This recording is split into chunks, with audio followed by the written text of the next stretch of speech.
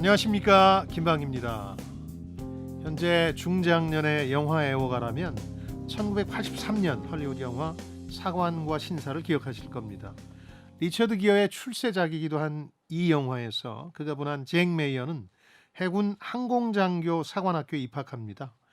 주정뱅이이자 난봉꾼 그리고 하급 직업군인인 아버지와 살면서 더 이상 삶을 낭비할 수 없다는 생각이 들어서였죠. 하지만 학교에서는 가혹하리만치 그를 몰아붙이는 폴리 교관을 만나고, 또 학교 바깥에서는 그를 진정 사랑하는지 아니면 장교와 결혼해서 신분 상승을 하려는 건지 의심스러운 제지공장 여공 폴라를 만나게 되죠. 자꾸만 과거로 도망치고 싶어하는 자신의 어두운 면과 싸우면서 그는 퇴교 처리하려는 폴리 교관에게 외칩니다. 저는 더 이상 갈 곳이 없습니다.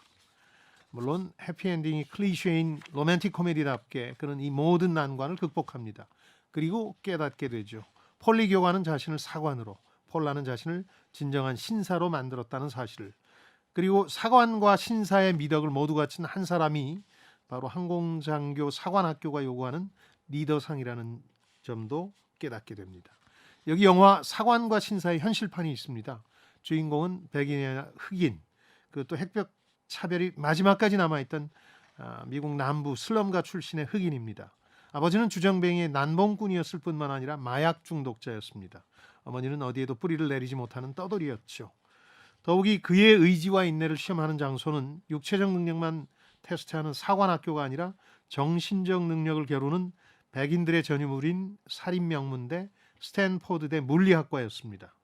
그는 자신의 발목을 끊임없이 붙들고 늘어지는 마약과 총, 그리고 과거의 악령을 떨쳐버리고 진정한 남자이자 과학자가 될 수 있을까요? 지식과 지혜를 얻는 가장 경제적인 방법, 성공예감 별책 프로 지금 시작하겠습니다.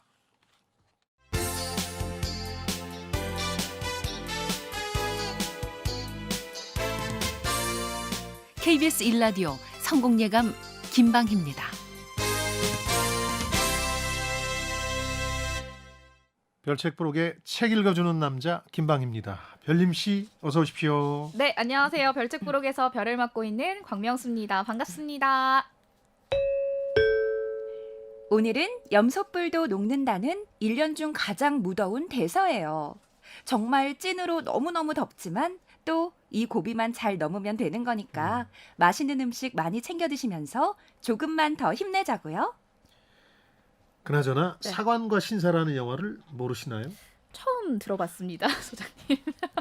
세대 차이를 실감합니다. 근데 탑건은 뭐 2탄 때문인지 모르지만 아시잖아요. 네, 그렇죠. 요즘에 한창 인기가 있죠. 톰 크루즈가 주연한 탑건이 87년 개봉했고 그 4년 전에 사관과 신사라는 영화가 개봉해서 리처드 기어를 대중들에게 각인시켰는데 네, 훨씬 더 인기가 있었고 아카데미상도 2개나 받았습니다. 저는 모르지만 공감해 주실 청취자 여러분들 많으실 것 같은데 예. 좀 열화와 같은 성원을 보내주셔야 우리 소장님께서 힘이 나실 것 같습니다. 네, 댓글 살펴보죠. 네, 샵 9730 KBS 콩 그리고 유튜브를 통해서 많은 의견 주셨습니다. 경제대국인 일본의 추락, 엔저 효과에 의존한 탓에 가난해진 일본을 파헤쳐보는 시간, 노구치 유키오가 쓴 일본이 선진국에서 탈락하는 날, 지난 시간 함께 읽어봤는데요. 1003번님, 선진국이라도 기술 개발을 소홀히 하면서 통화 정책만 가져서는 무리죠. 뼈아픈 고언이었습니다. 네. K2067님, 일본은 사실상 자민당 독재와 다름없죠. 그렇긴 기업과 하죠. 유착해서 기업들은 절박하지도 않고요. 김병규님, 일본에서 자영업을 하는데 최저임금으론 사람을 거의 못 뽑습니다.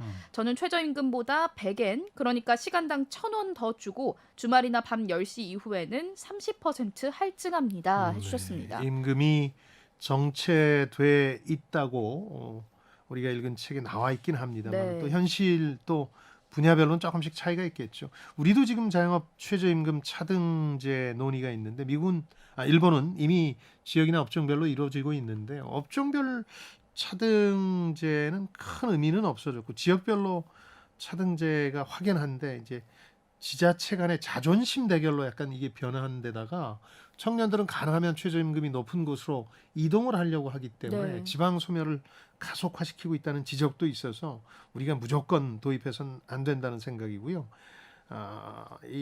우리 경제는 다이나믹하다 그러죠.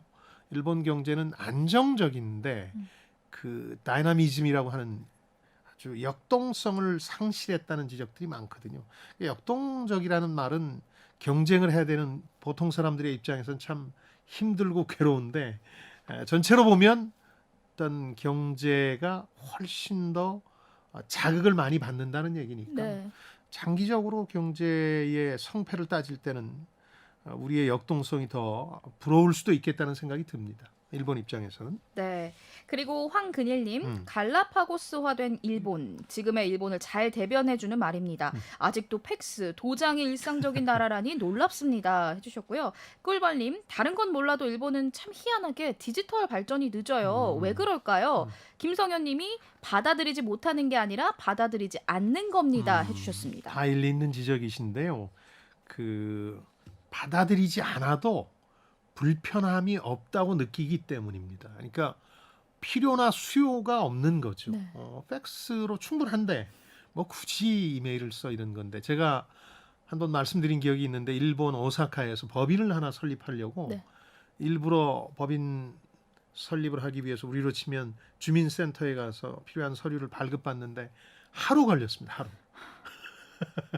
계속 기다리다가 네. 점심시간이 되니까 나중에 와라 그래서 하루 내내 거기서 기다렸던 기억이 있는데 우리나라라면 몇 시간 걸렸을 것을요. 몇 시간 걸리지도 않죠. 우리는 바로 최근에는 뭐 ATM기 같은 기계도 자동 있어요. 발급기에서 네. 그냥 바로 발급을 받으니까 그러니까 그 사람들 입장에선 뭐 굳이 그렇게 빨리 혹은 기계를 통해서 해결할 필요가 없다고 느끼는 거죠. 그래서 다이나미즘, 어떤 역동성을 상실했다고 하는 거겠죠. 자, 그리고 김선호님께서는요, 일본이 잘 안 된다고 좋아해서는 안 됩니다. 이젠 우리일 수도 있어요. 수출 경쟁력은 대부분 중국에 밀리고 있잖아요. 앞으로 정신 차리고 살아야 해요. 변화에 적응이 생존을 좌우합니다. 라고 해주셨습니다. 일본화라는 게 아주 경제학의 보통 용어가 됐습니다. 저페나이제이션이라고 그래서 우리가 일본화될 가능성이 상당히 있죠. 인구 구조는 이미 일본화됐고 경제 역동성도 상실하면 제2의 일본이 되는 거죠. 그래서 경계를 늘 해야 됩니다. 그리고 1539번님, 아베노믹스로 인해 일본의 많은 분야가 발전이 아닌 후퇴로 갔군요. 조현실님, 아베 전 총리의 죽음이 우리나라 경제엔 어떤 영향을 미칠까요? 라고 질문 주셨습니다. 두 분 질문의 핵심은 아베의 유산, 아베노믹스가 퇴조할 거냐에 달려 있습니다. 네. 아베 자신은 죽었지만 아베노믹스는 여전히 계속되고 있거든요. 물론 여기 또 다른 주축인 일본은행의 구로다 총재가 내년 3월 말이면 은퇴를 하거든요. 퇴진하는데 그러고 나면 아베노믹스가 어느 정도 퇴조하지 않겠느냐는 게 일반적인 경제 전문가들의 시선인데 저는 조금 다르게 보거든요. 아베노믹스가 더 이어질 것이다. 네. 이 달콤한 유혹을 버리기가 힘들 것이다. 그런 점에서 보면 우리 자동차를 포함해서 일본과 치열하게 경쟁하고 있는 일부 산업 분야에서는 엔저가 계속된다는 얘기니까 조금 경쟁의 부담을 느끼는 상황이 이어질 수도 있겠다는 생각이 듭니다. 네. 이어서 오늘의 주제로 넘어갑니다. 이풀기 토크.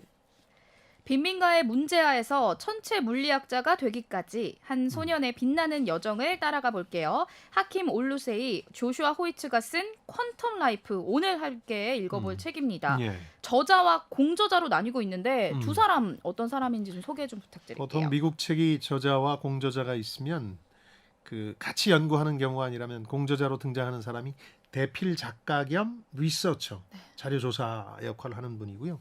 여기 저자는 하킴 올루세이, 처음 들어보셨죠, 이분? 네. 근데 이 사람 얼굴을 본 분들은 꽤 있을 거예요. 우리나라 에서도 방영되는 히스토리나 사이언스 채널 보면 우주 관련 다큐멘터리에 꼭 이분이 등장을 하거든요. 네. 저도 많이 봤던 분이라 이름이 이렇게 바뀐 걸 보고 놀랐어요. 네, 그러니까 이름이 원래 제임스 플러머 주니어라는 이름을 쓰다가 하킴으로 바꾼 거잖아요. 이름을 바꾼 이유는 뭐가 있을까요? 책 후반부에 나옵니다만 이제 스탠퍼드대 박사 과정을 거치며 이제 마약 중독을 이겨내면서 자신이 아프리카 태생이고 자신의 정체성을 이제 부여하기 위해서 아프리카식 이름으로 개명을 합니다.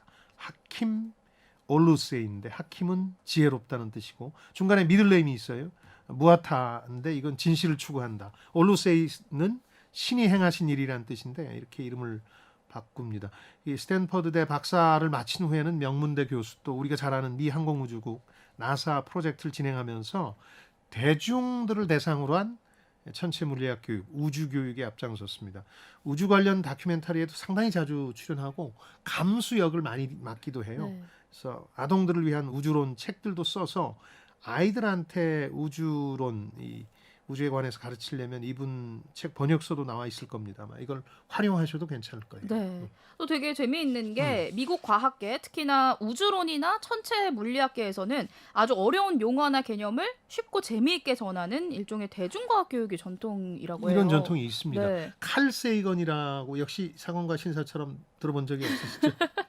죄송합니다. 아니요. 그 세대 차이기 때문에 당연히 그럴 수밖에 없고요. 저희 때는 이분이 또 아주 유명했고, 이분이 그 코스모스라는 천체 물리학 우주론과 관련한 대중 다큐멘터리를 만들어서 미국에서도 지상파에서 방영을 했고, 우리나라도 제 기억으로는 MBC나 KBS에서 방영을 했는데 네. 굉장히 인기가 있었어요. 이 96년에 돌아가신 분인데 칼 세이건이라는 분이 있었고, 이분은 백인이고, 이분의 뒤를 이어서 코스모스라는 똑같은 제목의 천체 물리 다큐멘터리를 만든 흑인이 있습니다. 닐 타이슨. 이분은 58년생인데 지금도 활동 많이 하고 계시고, 네. 아마 역시 그런 우주 관련한 다큐멘터리 보시면 이분 많이 나옵니다. 이 두 명의 뒤를 잇는 분이 오늘 우리가 읽게 될 책의 주인공 하킴 올루세이일 겁니다. 이 닐 타이슨이라는 사람은 유튜브로도 유명한데 스타토크라는 우주 관련한 별과 관련한 이 톡쇼를 하는데 여기에 그 하킴이 출연했더라고요. 근데 둘의 인연을 서로 얘기하는데 보니까 이 닐 타이슨 한 번도 만난 적이 없는 스타를 만나게 됐다고 좋아하니까 이 하킴이 무슨 소리냐, 나는 만났다. 내가 무명이었던 시절, 학창 시절에 당신의 등을 봤다. 그러면서 같은 흑인이어서 자기가 많이 자극을 받았다는 네. 얘기를 했는데, 오랜만에 어쨌든 흑인이 전무하다시피 한 이 천체 물리학계에 두 스타가 탄생해서 허심탄회하게 얘기를 하는 장면 보면서 흐뭇하더라고요. 네.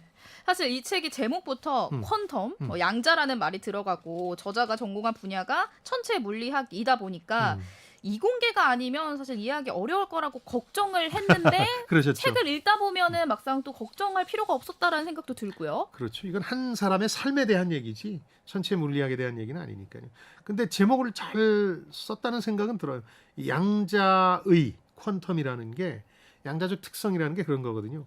예측 불허와 비약, 뭐 그런 삶을 이 사람이 살았기 때문에 진짜 퀀텀한 라이프였던 거죠. 갱스터로 살 가능성이 훨씬 높았잖아요. 읽어보셨으니까 네. 잘 아시겠지만. 근데 천체 물리학자로 변신하는데 성공했고, 그런 삶을 보여주는데 자신의 전공인 퀀텀을 갖다 붙인 거니까 적절했다는 생각이 들고요. 21년도에 이제 나온 책이고, 부제가 재밌습니다. 거리에서 별들까지 믿기 어려운 여정, 이런 부제가 달려 있습니다. 자신의 삶을 요약한 거죠. 천체 물리학에 이 사람이 처음 관심을 갖게 된 거는 집에 뒹굴던 약간 A급도 아니고 B급 백과사전이 하나 있었는데, 월드북 백과사전이라고. 워낙 독서를 좋아하니까 거기서 상대성 이론, 또 아인슈타인이라는 항목을 읽으면서 전율을 느끼는 거예요. 네. 그래서 평생의 업으로 삼게 된다.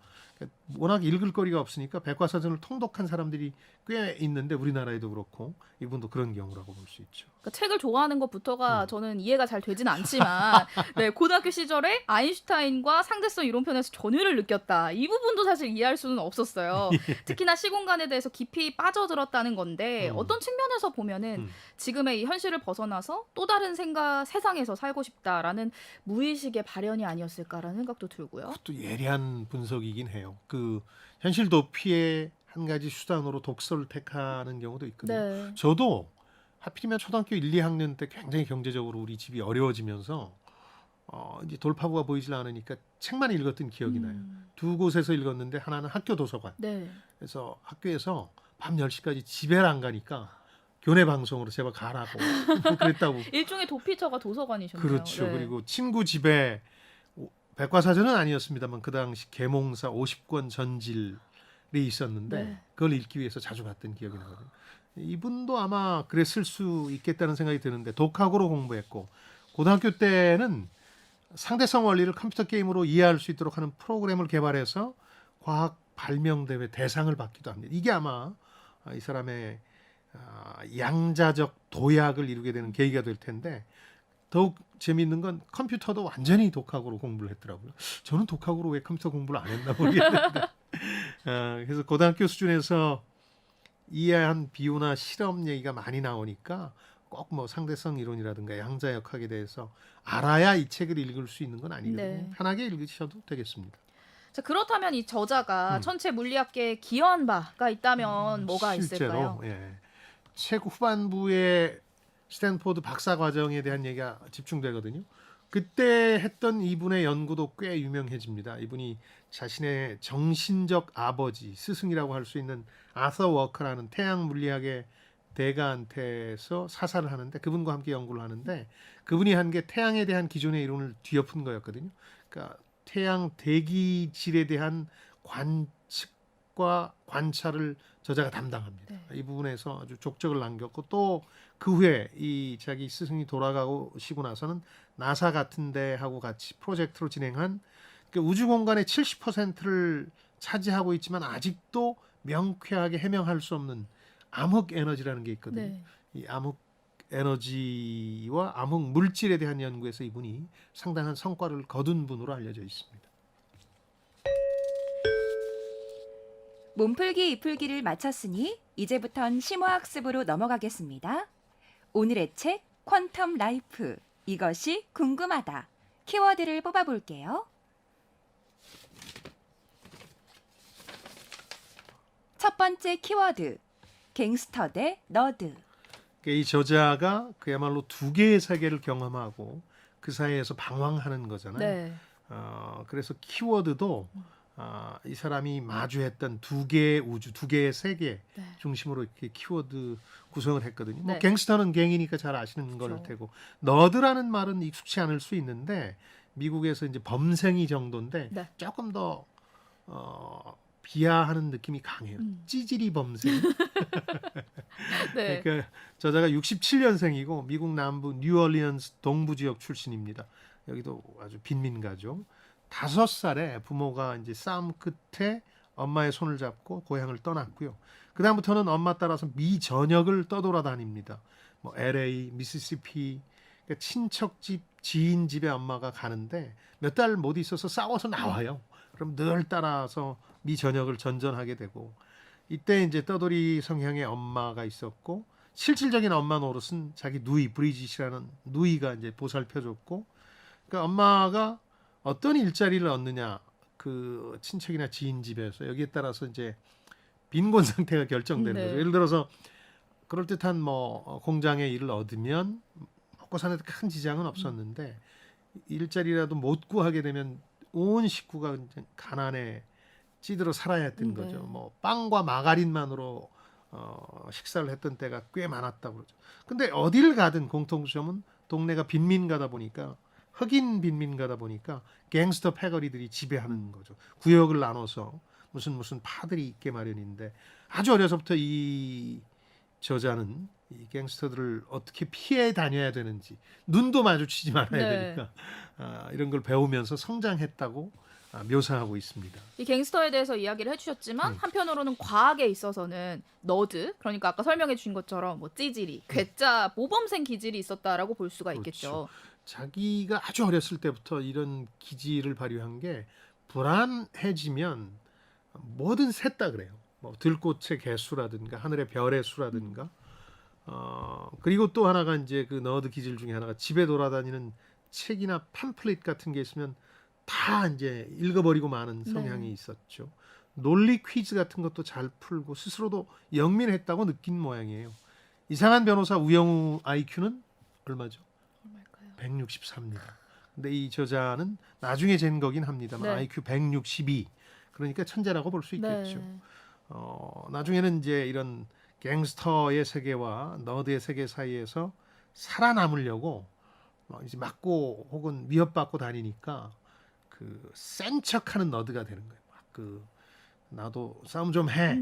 그러면서 자기 방어술 정도는 충분히 배운 척하는 네. 너드 흉내를 냈다. 저자가 이렇게 고백합니다. 이 저자가 완전히 별개의 세상이죠. 그러니까 갱스터와 물리학자의 세계에서 모두 살았었고 또 결국은 갱스터가 아니라 물리학자로 남게 된 건데 그렇죠. 이걸 왜 양자적인 삶이라고 하는 걸까요? 그 지금 천체 물리학의 핵심 개념인 양자역학이라는 걸 어느 정도 이해를 해야 되는데요. 그러니까 양자 수준은 정말 미세한 입자, 원자 이하의 단계를 다루는 거거든요. 그러니까 분자 이하죠. 그러니까 이 세계에서는 확률이 0이 아니면 그래도 언젠간 벌어질 가능성이 있다고 보는 거죠. 그래서 아무리 가능성이 희박한 일이라도 상상할 수 있는 일이라면 벌어질 수 있다. 이 책에 소개한 건 양자 터널이라는 건데 양자를 쏴서 벽을 통과하느냐를 보면 대개의 경우에는 통과하지 못하는데 그렇다고 통과하지 못한다고 일반화시키면 안 되는 거죠. 네. 통과하는 정말 극히 드문 예가 있으니까요. 그리고 이제 양자역학을 설명하는 가장 대표적인 비유 중에 하나가 슈레딩거의 고양이라는 슈레딩거라는 학자가 비유한 실험한 이 고양이가 있는데 이건 뭐냐면 방사선이라는 위험한 분자와 함께 있게 된 고양이인데 블랙박스 안에 그렇게 두 가지를 장치하고 랜덤으로 이 사이에 고양이와 방사선을 막고 있는 문이 열리고 닫히게 하면 그 블랙박스 안에 있는 고양이는 죽었을까 살았을까? 죽을 수도 있고 살 수도 있는 거죠. 어떤 상태라고 단정적으로 누구도 얘기 못하는 거거든요. 네. 그래서 양자역학이 그런 것이다 하는 그래서 상대성 이론으로는 설명 못하는 분야라는 건데 그러니까 양자적인 삶, 퀀텀 라이프라는 게 보니까 우리 운명이라는 게 이렇게 일반화된 결정된 것이 아니고 양자역학의 원리를 따라서 가능성이 희박하지만 벌어질 수도 있는 일로 가득 차 있다. 네. 저자의 삶을 잘 설명하는 제목이 될 수도 있는 거죠. 자신의 삶을 예시로 들어줬던 그렇죠. 것 같네요. 근데 어떤 사람들이 안 좋은 일에 연루가 됐을 때 가정이 불우해서라는 말을 하게 됩니다. 네. 그런데 또 가정이 불우해도 멋지게 성장하는 사람은 분명히 있거든요. 그런 점에서 저자도 갱스터와 물리학자 두 가지 갈림길에 놓였었는데 훌륭한 연구자로 성장을 하게 됩니다. 예. 어떤 이유에서 이렇게 훌륭한 연구자 쪽으로 성장을 할 수 있게 됐을까요? 두 부류가 있죠. 그러니까 환경 탓을 하면서 주저앉는 사람이 훨씬 많죠. 네. 현실에는. 그러나 환경을 새로운 도전이라고 받아들이고 응전을 하는 사람, 소수의 사람이 있고 저자는 대표적으로 그런 사람이어서 자신의 삶을 책으로 낸 거죠. 네. 또 예전에 우리나라에서 이제 개천에서 용난다라는 말을 많이 썼었잖아요. 예. 그런데 요즘은 개천은 그저 개천일 뿐. 개천에서 용난 사람 만나면 개천으로 끌려간다. 뭐라는 정말 무시무시하고 자조적인 말도 많이 하고 있는데 왜 이렇게 된 건지 미국 상황도 마찬가지인지 좀 궁금하거든요. 미국도 우리하고 비슷하죠. 예, 개천에서 용나기 어려워지고 있죠. 네. 양극화가 심해지고 있는 건데 다만 우리 쪽에서 조금 더 아쉬운 건 교육이라는 사다리가 있었거든요. 네. 그러니까 좋은 학교를 가고 공부를 열심히 하고 그러면 사회적 이동이 가능했는데 문제는 이제 그 교육 사다리마저 부러지고 있는 느낌이거든요. 좋은 대학도 아주 어려서부터 그 대학 입시를 준비한 사람 부유한 계층에서 더 많이 가게 되는 게 아닌가. 네. 근데 미국은 아직 그런 정도는 아니어서 우리가 교육 사다리를 빨리 되살리는 게 굉장히 중요한 숙제가 됐죠. 이어서 다음 키워드 뽑아볼게요. 두 번째 키워드, 투갈루 대학대, 스탠포드대. 저도 이 책 읽으면서 처음 들어본 대학입니다. 네, 투갈루 투갈루대. 대학은. 네. 예, 스탠포드대는 뭐 이미 아주 유명한 명문대죠. 19세기 말에 캘리포니아에 설립된 명문대인데요. 학교 슬로건이 자유의 바람이 분다. 그 스탠포드대를 설명하는 그 당시 아주 재벌가의 상원이었던 스탠포드 부부가 설립한 학교인데 네. 특히 이 학교의 입지가 그 팔로알토라는 지역 옆에 있는데 실리콘밸리 한 가운데 있는 거예요. 그러다 보니까 자금도 풍부하고 인재가 많이 몰리면서 신흥 명문으로 자리 잡았고 이 저자 하킴 같은 경우에는 처음에 이런 학교를 꿈꿀 수 없는 상황이었죠. 네. 뭐 몇 달에 한 번씩 이사를 다니면서 제대로 된 학교를 졸업도 못하는 상황이었는데 다행히 그 미시시피라는 아버지 고향에 가 살면서 이 우수한 성적을 내기 시작합니다. 공부를 잘했어요. 그래서 그 중고등학교를 우수한 성적으로 졸업하고 대학 학비, 뭐 사립대 같은 데는 웬만한 중산층이 돈 내기가 힘드니까 네. 포기하고 해군에 입대를 해요. 그래서 해군 쪽에서 권유한 대로 핵 엔지니어, 해군들이 이제 핵 잠수함이나 이런 걸 다뤄야 되니까 이게 되려고 했는데 이 사람이 타고난 그 아토피염이 있는데 그럼 선박에서 근무를 못 한다 네. 그래요. 이 아토피염이 있는 사람. 그래서 쫓겨나서 이제 흑인 대학인 투갈루대에 입학한 거죠. 이제 미국 기준으로 보면 명문대의 관점으로 보면 듣보잡 대학의 이제 간셈이라고 할 수 네, 있죠. 그럴 수 있죠. 음. 그 투갈루 대학은 이공계 박사 학위를 소지한 정규직 교수가 없을 정도로 굉장히 불모지였는데 저자가 또 이때 꽤 많은 방황을 했었죠. 그렇죠. 뭐 이제 천체 물리학에 대한 관심은 여전했는데 이걸 가르칠 역량이 있는 교수가 없는 거예요. 네. 근데 다만 제 책 중간 부분에 나오는 흥미로운 역사가 있는데 미국의 명문대를 나온 그 자유주의자들 가운데 자기 희생을 하면서 이 남부 지역의 흑인 차별을 막아내겠다고 이 교사나 교수로 내려온 분들이 있어요. 이걸 자유의 기수 운동이라고 불렀는데 네. 이참에 내려온 교수들이 이 재능을 알아보고 이 하킴의 재능을 알아보고 과외하듯이 1대1로 수업을 가르쳐요. 뭐 수학이라든가 물리학 같은 건. 네. 그러면서 이제 공부를 하게 되는데 문제는 이때 자기가 그 동네에선 워낙 영리하고 재능이 있었으니까 공부는 열심히 안 해도 성적은 잘 나왔고 그러다 보니까 아버지 쪽 친척들이 하던 대마초 재배나 판매 사업에 손을 대요. 네. 돈을 벌어야 되니까. 그래서 이때부터 이 저자의 이중 세계가 시작되는데 하나는 술집을 전전하는 삶, 대마초 팔기도 해야 되고 하니까 또 하나는 과학 전람회 아까 발명 대회 이런 걸 오가는 삶, 갱스터와 너드, 시골 촌뜨기와 또 이제 엘리트들이 가입하는 학생 모임의 일원 사이를 오가면서 두 세계에서 자신이 언제든 균형을 잡을 수 있다. 내가 워낙 빼어난 존재니까 하고 네. 오만해졌던 거예요. 그래서 대학원 석박사 과정을 위해서 이제 스탠포드 대에 도전하고 합격하게 되는 거죠. 그 굉장히 신기한 게 천재라고 해서 성공한 천재 이야기를 들어보면 음. 무조건 공부만 열심히 하는 이런 게 떠오르는데 주인공은 또 전혀 그렇지만은 그런- 않았어요. 심지어는 그럴 수 없는 환경이었던 네. 거죠. 이 지방에 별로 알아주지 않는 대학에서 그것도 흑인이 이른바 명문대에 입학을 한 거죠. 예. 스탠포드 대학교 안에서도 상당히 화제가 됐을 것 같아요. 책에도 이 부분이 묘사되는데 쭉 이제 학교 출신들을 얘기하는데 동문들이 뭐 명문대를 다 얘기했을 거 아니에요. 네. 근데 투갈루 대학 출신이다 그러니까 아무도 모르는 거예요 그 네. 학교를. 그래서 어색해진 분위기, 갑분싸 분위기 이런 것도 묘사하는데 네. 그 미국 대학 제도는 다양성 전형이라는 게 있습니다. 그러니까 이 남부에 상당히 차별받는 흑인한테 조금 더 점수를 주는 네. 입학 제도가 있어요. 그래서 이걸로 합격한 경우라서 또 약간 그 심리적으로 미묘한 감정이 있었을 것 같다는 생각은 들어요. 네, 좀 부담이 있었을 수도 있고요. 예. 근데 이게 명문대 연구자의 길을 열어준 동시에 족쇄가 됐던 거죠. 그렇죠. 그러니까 아까 이 다양성 전형의 배경을 이해하시려면 이 미국 흑백 차별의 역사를 알아야 되는데 미국은 64년에 시민법이라는 게 이제 린든 존슨 대통령 기간 중에 도입이 돼서 흑백 차별이 공식적으로 금지됩니다. 그러나 그 전까지만 해도 아예 공개적으로 흑백이 이 다른 공간에서 살았을 만큼 네. 어려웠죠. 그래서 최근 이 흑백 차별이 사라지면서 그래도 동일한 같은 기회를 갖지 못하니까 흑인이라든가 아시아계들을 좀 배려하기 위해서 사회통합 전형이라는 게 다양성 전형이라는 게 있습니다. 근데 제가 몰라서 알아봤더니 우리나라도 지금 그게 있다 그래요. 네. 사회통합 전형 그래가지고 이제 뭐 다가구 자녀라든가 이런 분들에 대한 배려가 있는 건데 이 경우는 근데 명문대 그렇게 해서 가다 보니까 같이 안 어울려 준 거예요. 특히 대학 공부는 이런 이공계통의 공부는 스터디 그룹 같은 걸 만들어서 같이 과제를 풀어나가야 되는데 네. 안 어울려주니까 학업 진척에 어려움이 많았다. 그래서 학부 공부를 2년 더 이제 대학원 과정에서 했는데 그때도 홀로 독학을 해야만 했다는 고백도 나옵니다. 외로운 싸움을 했던 거죠. 음.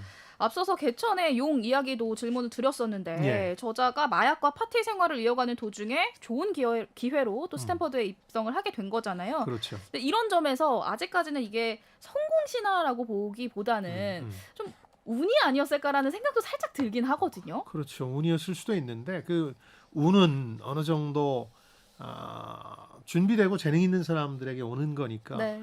실제로 뭐 그런 전형의 힘을 얻었다고 하더라도 학교에서 성적이 워낙 좋았던 재능 있는 사람이었기 때문에 그런 기회가 온 거죠. 네. 그냥 뭐 놀고 있는데 온 건 아니니까요. 예. 이어서 다음 키워드 뽑아볼게요. 세 번째 키워드, 마약 대 물리학. 이것도 이제 저자 하킴 올루세이의 두 가지 세계 중에 양극단이었죠. 네. 이 처음에는 대마초를 재배하고 판매하다 보니까 대마초를 흡입하다가 미국에서는 사실 뭐 우리하고 달리 대마초가 합법적으로 승인된 주들이 꽤 있거든요. 네. 치료 목적도 있고 레저 목적도 있는데 두 가지 다 합법화된 주도 많다 보니까 이건 문제가 아닌데 이제 아버지하고 이복 형제들과 함께 이제 마약의 세계로 가게 돼요. 특히 이 저자의 책에는 코카인 가루를 고체화해서 이 담배하고 같이 피우는 럭이라는 신종 마약이 나오는데 여기 이제 빠져들게 됩니다.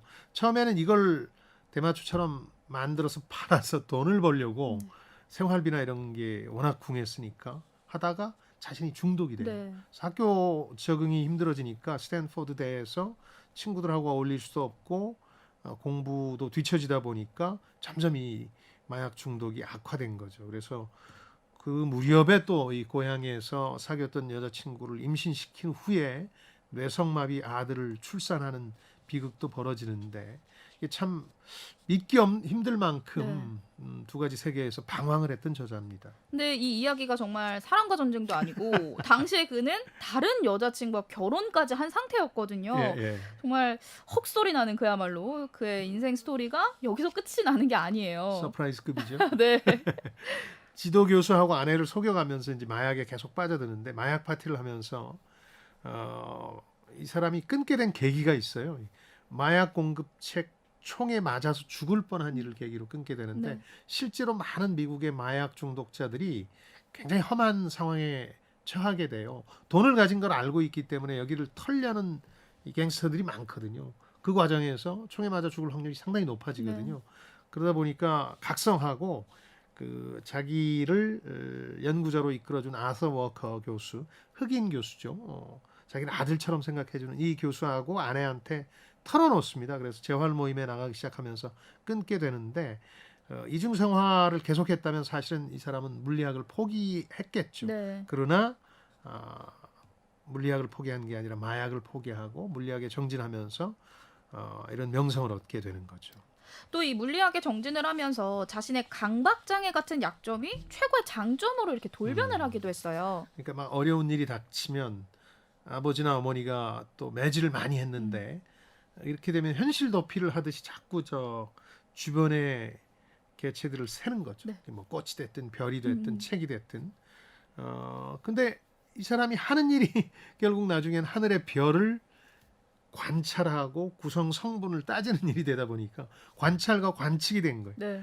또 이제 이 사람은 강박장애처럼 뭘 정리를 많이 했던 사람인데 그게 천체 물리학에 필요했던 거예요. 성분별로 정리한다든지. 네. 그래서 물리학 전공하면서 자신의 약점이라고 생각했던 것들이 최대 강점으로 돌변해 버리는 거죠. 그 태양의 대기를 관측하고 관찰해서 이걸 논문으로 낸 게 이 사람이 최초의 천체 물리학계에 큰 기여를 하게 되는 계기인데 나중에는 관측 기계, 관찰 기계도 많이 만들어요, 이 사람이. 자기 약점에서 출발한 거니까 네. 저는 이 기회에 말씀드리고 싶은 게 아이들 보시면 늘 약점부터 떠오르거든요. 우리 아이는 수학을 못해. 네. 근데 장점을 먼저 봐주시고 혹은 그 약점이 어느 순간 어떤 환경에서는 엄청난 장점으로 바뀔 수 있다고 생각해 네. 주시고 함부로 조기에 판단하지 말라. 이 사람의 예가 그런 게 아닌가 싶어요. 지금 여러분께서는 주말에만 만나는 성공예감 별책 부록을 듣고 계십니다. 오늘 들려드리는 책은 퀀텀 라이프입니다. 이어서 다음 키워드로 넘어갑니다. 네 번째 키워드, 백인 대 흑인. 이것도 이 사람 환경을 둘러싼 두 개의 세계였겠죠. 네. 스탠포드라는 곳은 백인들의 세계였을 테고 자기 이 성장 과정에 떠돌던 곳들은 흑인들의 세계였을 텐데 저자 자신이 책에 이렇게 대놓고 써요. 자기는 흑인으로 주류 백인들로부터 늘 범죄자 취급을 받았다. 혹은 잠재적 범죄자 취급을 받았다. 네. 미국에서 아주 흥미로운 토론이 벌어집니다. 지금도 흑인 차별이 공공연한가라는 이제 토론이 벌어지면 미국 백인들이 가장 많이 언급하는 통계는 흑인 지역에서 범죄율이 훨씬 높다는 거죠. 그러면 흑인들은 어떻게 반박하냐면 범죄 말고 다른 선택의 여지가 없는 환경은 왜 고려하지 않느냐. 흑인들이 천성적으로 범죄자여서가 아니라 범죄의 다른 길은 없다. 아까 저자의 삶의 여정을 통해서도 갱스터가 될 확률이 높았다고 말씀드렸습니다만은, 그러니까 스탠포드 대라는 명문대에 진학해서 이걸 완전히 벗어나는 거 아니냐. 이제 이런 저자의 기대도 내심이 있었는데 거기서도 흑백 차별의 논란의 당사자가 되는데요. 백인 교수들, 특히 주류 천체 물리학 교수들이 흑인의 능력을 의심합니다. 이 저자는 물론이고 저자가 아버지처럼 모셨던 아서 워커라는 세계적인 학자에 대해서조차도 의심을 해요.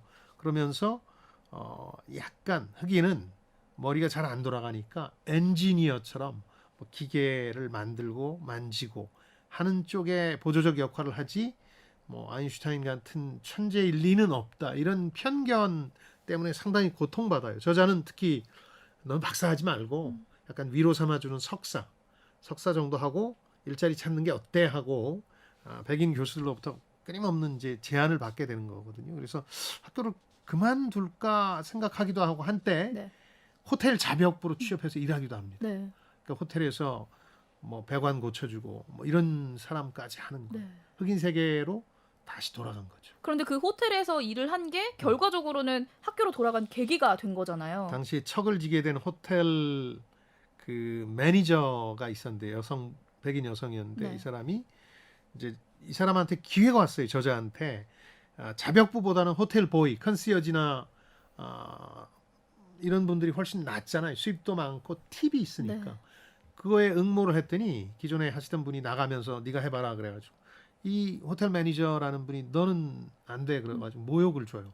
그리고 스탠포드대 동문의 밤이 이 호텔에서 열리는데 거기 가서 일부러 바닥을 닦게 해요. 모욕이죠. 네. 그러면서 저자가 이런 삶을 계속할 수 없다는 자극을 받아서 다시 학교로 돌아오게 되는 거죠. 그런데 또 여기서 귀인이 등장을 하게 되는데 아까 말씀해 주셨던 흑인계였던 아서 워커 교수가 일종의 변호인 역할에 나서줬던 거죠. 일종의 내가 보증할 테니까 네. 다시 불러들여서 일하자 해서 자기 연구 프로젝트에도 참여시키고 그러면서 박사학위를 끝내게 합니다. 네. 마지막 박사학위를 끝낼 때는 자기에 대해서 그렇게 편견을 가지고 하대하던 교수들을 다 탄복하게 만들어요. 특히 기록으로도 남아있는 게 박사학위 직후에 13개의 논문을 한꺼번에 쏟아내는데 그중에 8편이 일저자입니다. 그러니까 자기가 주도적으로 연구한 결과를 쓴 건데 이것 때문에 편견이 깨졌고 상당히 교내에서 왕따를 당했던 아서 워크라는 자기의 정신적 스승의 면도 세워주게 되는 거죠. 네. 사실 저자가 흑인임과 동시에 흑백 차별의 오랜 전통이 남아있는 남부 출신이었기 때문에 차별을 더 오랫동안 경험을 했던 게 아닐까 싶어요. 그렇죠. 남부 중에서도 이 흑백 차별이 아주 오랫동안 심하게 남아있던 곳을 딥 사우스, 그러니까 심해 남부라 그럴까요? 더 깊은 남부. 네. 저자가 주로 이제 생활한 곳들이 그곳들인데요. 여기는 64년 시민권법이 통과되기 전에 짐 크로우법이라는 게 있어서 아예 흑인과 백인이 절대 같은 장소를 이용하지 못하게 분리시키는 정책이 있었어요. 그린백이라는 영화 보셨죠? 거기 보면 그린북이라는 게 흑인이 출입할 수 있는 식당 리스트였거든요. 정작 흑인은 유명한 연주자고 백인 운전기사인데 오히려 백인 운전기사는 어디나 들어갈 수 있지만 흑인 유명 피아니스트가 오히려 그린북에 나온 식당만 가야 되는 상황인데 그게 이제 짐 크로우법의 어떤 흑백 차별을 상징하는 거죠. 근데 이제 50년대 들어서면서 유명한 이제 흑백 차별 저항 운동이 벌어지죠. 우리가 잘 아는 마틴 루터 킹이 주도하는 건데 그 도화선이 됐던 게 로자 파크라는 사람이 흑인이 탈 수 없는 자리 버스에 앉았다가 기사가 뒷자리로 가라고 얘기하는데 저항해서 시작한 몽고메리 버스 보이콧 운동 그리고 그런 것들이 이어지면서 60년대 이제 연방 정부도 시민권법을 통과시켰던 거죠. 근데도 그 후에도 연방법에도 불구하고 흑백 차별 진행하려고 해서 일부 엘라바마 주 같은 데서는 대학 내에서 이 교문을 통과할 때 흑백이 같이 못하게 해서 연방군들이 출동하는 일까지 벌어지고 그러거든요.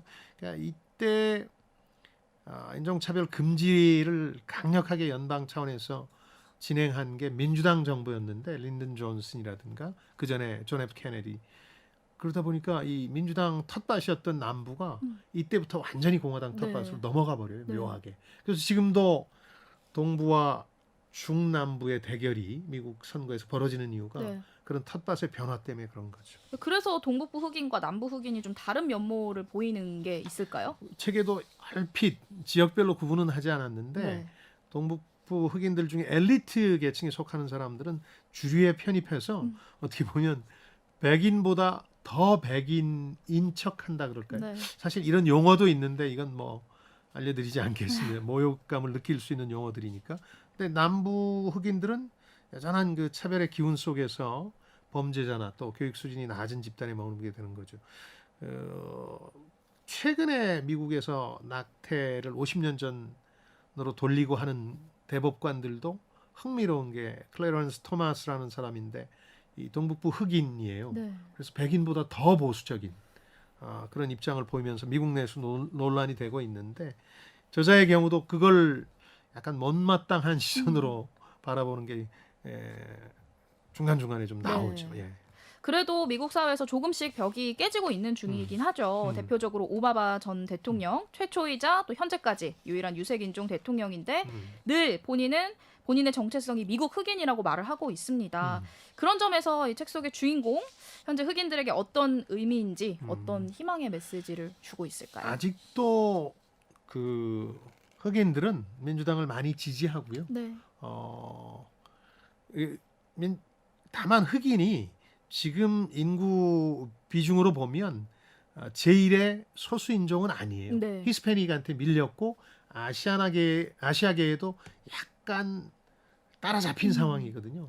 그러다 보니까 흑인의 절대적 지지라는 게 크게 정치적인 힘을 발휘하지는 못하고요. 다만 그동안의 어떤 변화, 오바마까지 이르는 변화를 통해서 흑인들도 이 집에 가보시면 보통의 중산층 계층 집에 가면 그 집에 있는 사진들이 뭐 마틴 루터 킹 사진이 있는 경우도 있지만 오히려 존 F 케네디 대통령 존경한다고 한 경우도 있고 빠짐없이 또 오바마 대통령의 그 호프라는 선거 포스터들이 있는 경우를 볼 수 있습니다. 이어서 다음 키워드 뽑아볼게요. 마지막 키워드, 남자 대 과학자. 이 경우는 두 가지를 다 이룬 거죠. 사관과 신사처럼 남자이자 과학자가 됐는데 이제 돌이켜 보니까 어려운 시절이 많았지만 저자는 두 사람이 나를 남자와 과학자로 만들어줬다는 거죠. 남자로 이끈 거는 아버지겠죠. 아무래도 이제 스탠퍼드대 입학하면서 마약 중독자로 전락해버린 아버지하고는 인연을 좀 끊었던 것 같아요. 근데 이제 생각할수록 자신을 어쨌든 갱스터가 되지 않고 마약 중독에서 벗어나게 해준 것도 반면 교사였을지는 모르지만 아버지와 그 형제들, 이복 형제들이었으니까 박사 학위를 할 때는 그 아서 워커라는 자신의 학문적 아버지도 권유하고 그래서 모셔요. 얼마나 자랑스럽겠어요. 그 빈민가 출신의 도저히 아무리 어려서 머리가 영민했지만 가능성이 없다던 애가 최고의 명문에서 박사 학위를 마쳤으니까 그래서 와서 초청해서 즐기는 얘기도 나오고 아버지는 끝내 마약 중독을 이겨내지 못하고 이걸로 이제 사망하게 됩니다. 그 역시 대학원생 시절까지 마약을 끊지를 못했어요. 아버지처럼. 하지만 저자를 잡아준 물리학자 하킴으로 이끈 숨은 공로자가 있었는데 바로 아내 제시카였습니다. 그렇죠.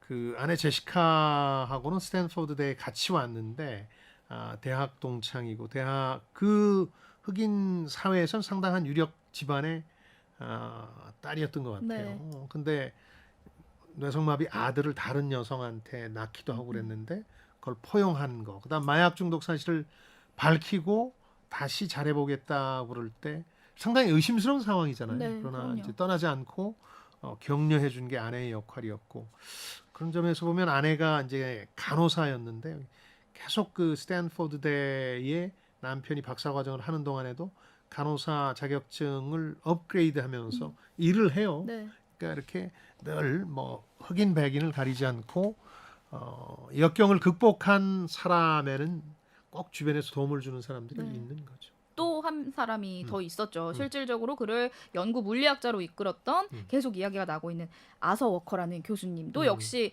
마약 중독 치료를 하고 있다라는 걸 알면서도 크게 개의치 않았고 정말 이분이야말로 이 주인공에게는 없어서는 안 될 그런 인물이었죠. 인생에서 이제 행운이 따라야 되는 여러 시기들이 있는데요. 그 시기보다 중요한 거는 어떤 존재가 그런 행운으로 다가오느냐 사람인 것 같거든요. 네. 어떤 사람을 만나느냐가. 근데 가장 좋은 거는 멘토를 만나는 거죠. 네. 멘토를. 당연히 이제 학교에 멘토가 있었던 거고 그분이 이제 지도 교수이자 흑인이었던 네. 자신의 처지를 온전히 이해할 수 있는 사람이었던 거죠. 나중에는 거의 아버지처럼 느꼈던 것 같아요. 그래서 이 아서 워커라는 사람이 또 마침 그냥 그 백인 교수들의 약간 왕따 움직임은 있었지만 네. 학문적 업적으로 그 어느 정도 성과를 인정받은 사람이거든요. 특히 물리학계에서 태양이라는 대상을 연구한 물리학자들이 많지 않은데 이 사람은 태양에 집중해서 태양에 관한 기존의 가설들을 다 뒤바꾼 저명한 학자가 됐기 때문에 방패막이가 돼줄 수 있었던 거거든요. 그래서 제가 보기에는 이 사람이 없었다면 저자 자신도 책에서 거듭 얘기하고 있지만 마약과 차별 때문에 학업을 포기하려다가도 이 사람을 만나서 이 사람이 끊임없이 자신을 채찍질하고 네. 그런 바람에 전문적인 연구자, 천체 물리학자를 만들어줬다는 거죠. 이 사람도 죽어요. 췌장암 사기로 박사학위 넘는 마칠 무렵에 죽었는데 그러면서 아버지와 이 학문적 아버지 두 사람이 없었다면 자신도 어느 흑인처럼 빈민가에서 마약 중독자로 삶을 마쳤을 것이란 점에서 이 두 사람이 자신이 속한 사회를 좀 양분하던 또 네. 상징적인 캐릭터가 아닌가 하는 생각이 들어요. 근데 또 박사학위 후에 여러 대학 교수직을 거쳤고 또 우주에 관한 다큐멘터리에 종종 얼굴을 내민다라고 하셨는데 예. 그럼 주류 물리학계에서는 좀 멀어지고 있는 거라고 봐야 될까요? 그게 이제 우리식 기준으로 네. 그렇거든요. 저희 모교에서도 기억이 납니다만은 교수님들 간의 논란이 대중매체나 이런 데 나가서 대중들한테 무슨 경제나 경영 현상을 설명하면 마치 무슨 학문을 소홀히 하거나 혹은 관심이 없는 사람처럼 취급받던 시절도 있었거든요. 네. 그러니까 상아탑의 순수성, 아카데미의 순수성을 지켜야 된다는 분들도 있었는데 우리도 거기에 많이 이제 희석이 됐고 이제는 뭐 그런 편견들이 없어졌는데 미국은 진작부터 우리하고는 좀 차이가 있었거든요. 네.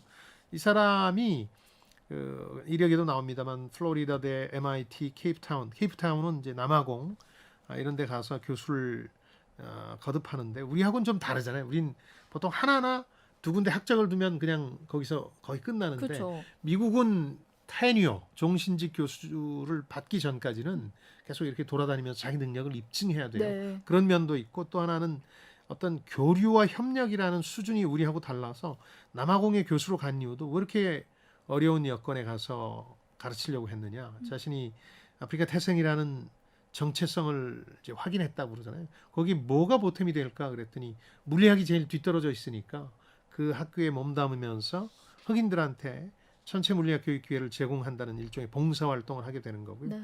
방송 출연도 아까 그 칼 세이건에서 닐 타이슨까지 대중적으로 가장 어려운 주제를 설명하는 일종의 역사나 전통이 있다고 말씀드렸습니다만 좀 다르게 봐요. 미국에서는 이건 일종의 사회 봉사다. 네. 사회적으로 대중들한테 널리 알리려는 노력이고 그래서 상당히 높이 평가하는 네. 분위기가 있어서 우리하고는 좀 달랐던 것 같아요. 근데 최근에는 우리도 네. 물론 이렇게 돼가고 있는 거죠. 그러니까 일반 사람들이 더 쉽고 알기 쉽게 설명을 해주니까 더 도움이 될 수 있는 거고요. 예.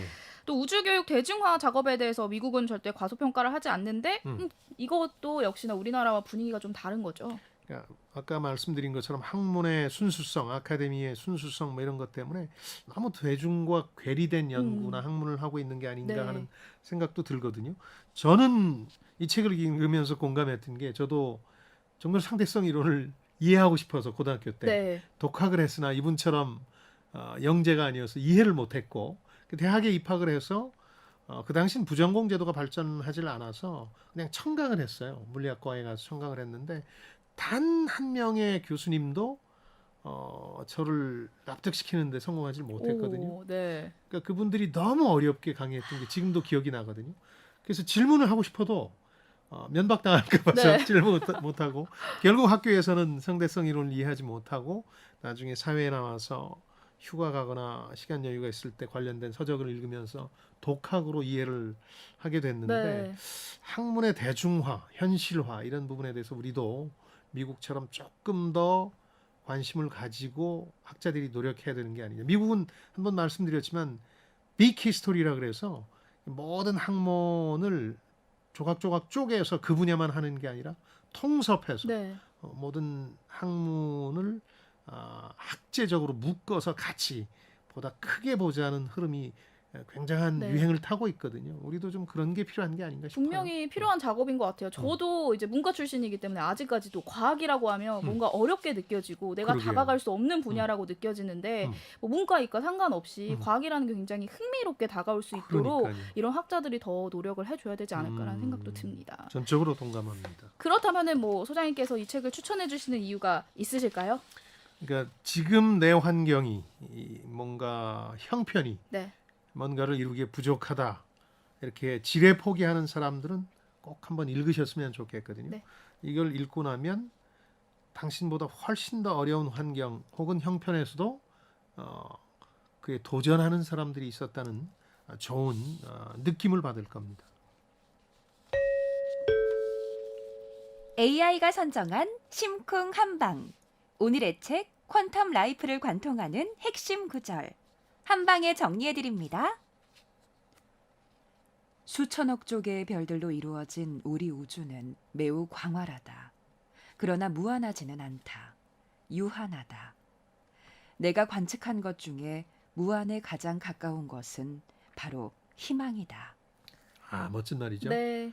내가 관측한 것 중에 무한에 가장 가까운 것은 바로 희망이다. 그리고 희망에 살아있는 증거가 저자 자신이죠. 하킴 올루세이입니다. 언제 어디서나 희망의 주체는 개인이고 또 거대한 변화도 바로 그 개인의 변화에서 출발한다는 생각 정리하는데 안성맞춤인 책이고요. 젊은 분들이 좀 많이 읽었으면 좋겠어요. 네. 사관과 신사는 안 보셔도 됩니다. 알겠습니다. 이 책은 꼭 읽는 걸로. 네. 다음 주 책이 도착했습니다.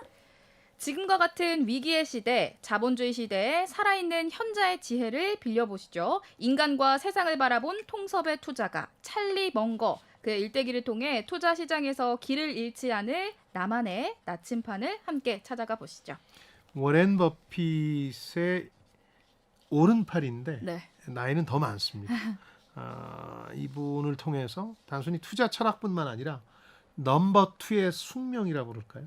2인자는 어떻게 처신하고 언행해야 되는지에 대해서도 배우시면 좋을 것 같습니다. 네. 한층 더 강한 지적 게임으로 돌아올 성공예감 별책 부록 다음 주에도 기대해 주시고요. 네, 유튜브 별책 부록과 김방희 TV 그리고 팟빵을 통해서도 다시 들으실 수 있습니다. 댓글이나 의견 많이 남겨주세요. 네, 책을 통해 세대 간 소통과 공감을 나누는 시간이죠. 성공예감 별책 부록.